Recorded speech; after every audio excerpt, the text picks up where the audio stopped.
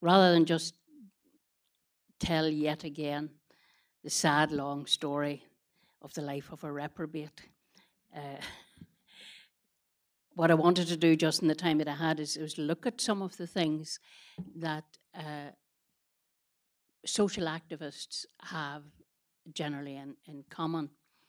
And so my own story is a bit like yours, is in that I always say, Your Honour, I was minding my own business when something else happened, and there were bigger and badder people than me started it.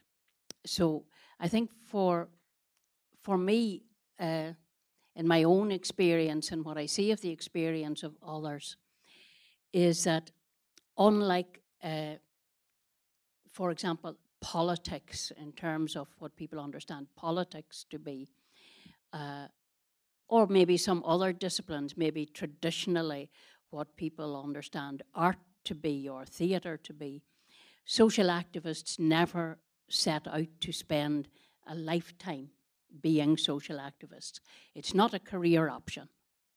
It's not, it doesn't come up on career advice in school. And I would warn you all, anybody who hasn't taken up that path as yet, there's not a lot of pensionable activity engaged in it either. But social activism tends only to be really discovered. It seems to me it's a bit like snowflakes. There are a lot of them about, but it requires a kind of critical coming together of a number of things for them to begin to amalgamate in such a way that the social activity and the social movement becomes visible at all. And then once it does, there is, as you say, there's a drive from the media, there's a drive from those outside of it to address it. Sometimes out of curiosity, and sometimes because something has happened they can't avoid. And once that happens, this kind of amalgam of activity in all its various forms, a kind of a cloud or a snowfall, has to focus. They want one voice. They want something that represents it. And it's a bit like art. They need something that expresses it in a way that they can deal with it, because they can't deal with mass democracy. And then from that, there emerges the person who has a name. So that might be you, that might be me, that might be you, but with us and behind us and in front of us are lots of people like us.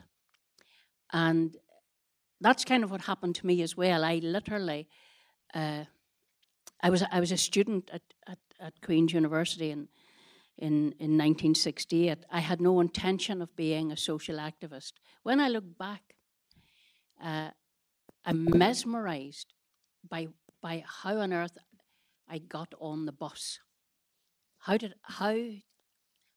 Sometimes I say, how did I not have the wit to stay off the bus? How did I have the time to be distracted onto the bus? Because in January 1967, I was the middle child of 6 children, 5 of them girls and the one at the tail end, a boy. I came from a family of strong women. And when I say strong women, I don't mean that was something that was a necessary personality trait. It was a necessity. I come from a long line of widows. I keep telling my husband. I actually do come from a long line of widows. It's not that we do our partners in, but the women in my family trail appear to have been long-lived. So my mother was widowed very early in life. She was widowed at 36 and left with 6 children between the age of 13 and 3 years of age. And in the 50s, that wasn't easy. And then she died young herself. leaving that family of 5 girls and 1 boy between the ages of 21 and 11. So we were actually a kind of commune living on a housing estate. We paid the rent. My sister and I used to talk about this. We paid the rent, so social services never bothered us. It wouldn't happen now. You wouldn't be allowed to do it now. Somebody would be down and there'd be risk assessments done, and there would be child safeguarding assessments done, and the whole thing would be hived off to various relatives or homes or whatever. But we kind of just hung in and paid the rent. And we had extended families, so nobody really noticed that there wasn't effectively an adult running the show. And we all got ourselves out to school and college. And what was interesting was that within that framework of, we weren't even working class because none of us worked. You know, my mother couldn't work. She was rearing children. My father was dead, so we were whatever sits underneath the working class and dependent on welfare. But we'd all been encouraged into education. My parents believed in education. And it never occurred to any of us to give up our education and go to work to sustain. You know, interesting, never occurred to us that we might stop studying and go to work.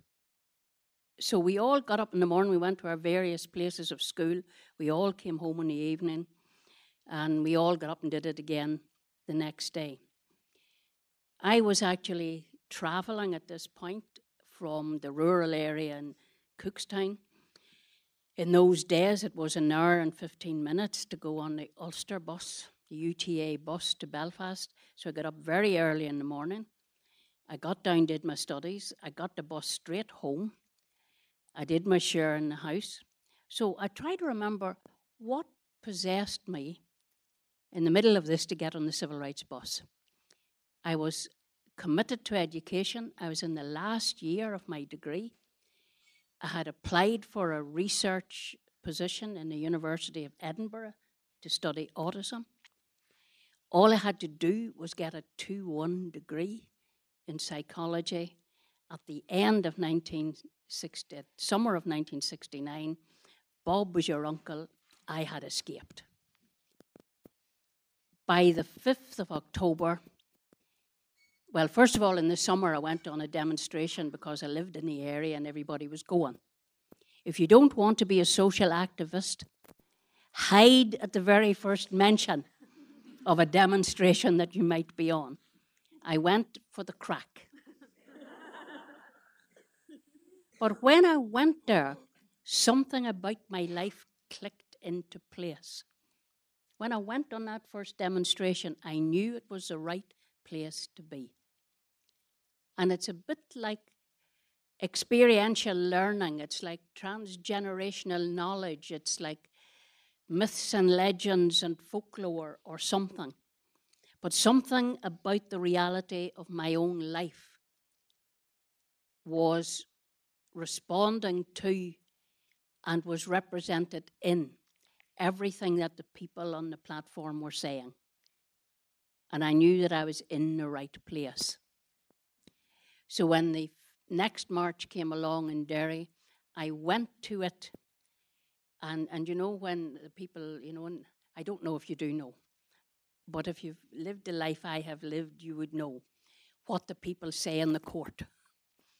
The policeman gets up in the court and he tells the judge that in his opinion, you were doing this with intent. They never finish that sentence. You know, with intent to do what? So I went on that second demonstration with intent. But I was still just, I was a follower. I was walking behind the crowd and I felt I was in the right place. So when we got back to the university, I was still in the right place when the student leader said to protest about the treatment people got in the 5th of October march, that we should all, as students, go down the town in Belfast to the centre of the city and protest. And of course we weren't allowed. And at each stage I was getting more and more irritated, not about the nature of my life, but the realization that I wasn't allowed to complain about it. That was my main problem, that you weren't allowed to speak out and say, this isn't fair. You weren't allowed to express an opinion, that you were getting actually punished for pointing out the obvious. So after that day, we didn't get anywhere. And we went back to the McMurdy Hall in Queens. And in retrospect, you're talking about Facebook. That night in the McMurdy was like Facebook without the technology. It was a room full of people. And I swear to the non-existent God that everybody in the room was talking at once and that nobody in the room was listening. And that's what, because I'm a Luddite, that's what Facebook looks like to me. Everybody's talking and nobody's listening. So in the midst of all of this noise, it was agreed that we would march again. And there was a lot of noise when people were saying what should be done and who was to blame. And what this demonstrated about the general badness about everybody else. There was a lot of noise. But when it came to the point of then saying, well, who's going to do? There was very little noise. The noise subsided because in order to make something happen, somebody actually had to, because that was the law at the time, somebody had to inform the police that we were going to march again, and you had to go to the police station and sign your name. And I became an activist out of bad temper. I sat and listened to the people who had made the most noise explain why they couldn't actually do that. So they could talk about it. They could point out the general badness of the world. But when it actually came to putting your head on the block or putting your name to the paper, they had a million reasons why it wasn't them. It reminded me of the little story of the little red hen. If you don't know it, you should read it. Story of the little red hen explains a lot. They couldn't do anything. So this, I didn't even know I was a little red hen at this time. I was just sitting there, and I said, oh, give my head peace. I'll sign it, because if somebody doesn't sign it, we'll never get out of this room. So I signed for a demonstration. And of course, in signing for a demonstration, I had signed my life away, personal responsibility for everything that happened from it started to it ended, which is why nobody else was signing it.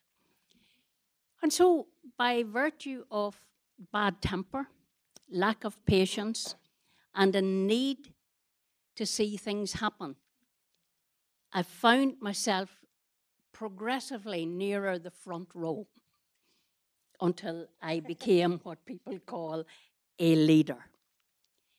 So I'll give you another bit of advice. When people call you the leader, beware. You aren't leading anything. You're in the front row being pushed by all the people who are behind you. And when push comes to shove, you'll realize how far behind you the rest of the mob actually is. So, the problem is that by this time, there's a point that I remember when I had an excuse. And right up to the point where I went to prison, I can say I was in the front line being pushed by all the forces and learning and hanging in, because I only had one thought in my head. Somebody had to do this, and it had to be us, and it had to be now. And we didn't know why. But if we didn't all hang in and make it happen now, it wasn't going to happen. And we'd be pushed even further and further back. And worse than being pushed back, the punishment that we would take for daring to complain, for daring to change, and failing to make any impact would mean it would be generations before anybody would have the courage to start again. So up until I went to prison, I had an excuse. In prison, I had time, as they used to say in school, to reflect on my behaviour. I had 6 months to sit in there and reflect on the consequences of my behaviour. So having reflected on them, I came out and determined that I really needed to be better informed, better educated, and better organised about what it was I was doing. And then I would make more impact. So I had no excuse afterwards. I came out not only with intent, but with determination. And so I had become a social activist for life. There's something else I need to warn you about. I don't care where you start. You will end up on the left. So if you have problems with that, if you have fundamental theological opposition to ever being on the left, find a bucket of sand to stick your head in now. Because wherever you start, the end, it doesn't matter what your particular problem is, and especially for us as women, wherever we start, whether it's we start with the theatre, whether we start with the class, whether we start with women's reproductive rights, whether we start with repeal, it's because of the nature of our experience and the nature of the way that we have learned over generations of necessity to work in collaboration and linking elbows together and in a fairness and equality and justice frame of mind. You end up bringing those things all together. You end up bringing gender and race and class and fairness and justice and equality and humanity all into the one sphere. And they only work in the one sphere if your underlying philosophy is based on a social model and not on an economic model. You only actually can make sense of it when you begin, in that broadest sense, to make a socialist analysis of the world. So that's my excuse. Somewhere down the line, it wasn't my fault. But somewhere along the line, it became my purpose for existence. And I have no apology to make. None. I am intent to be up to my neck in repeal the 8th. I intend to be up to my neck in anti-racism. I work full-time at the minute because social activism isn't a pensionable activity. But I am hoping next year to retire so that I can be a full-time pain in the neck of the government. Thank you.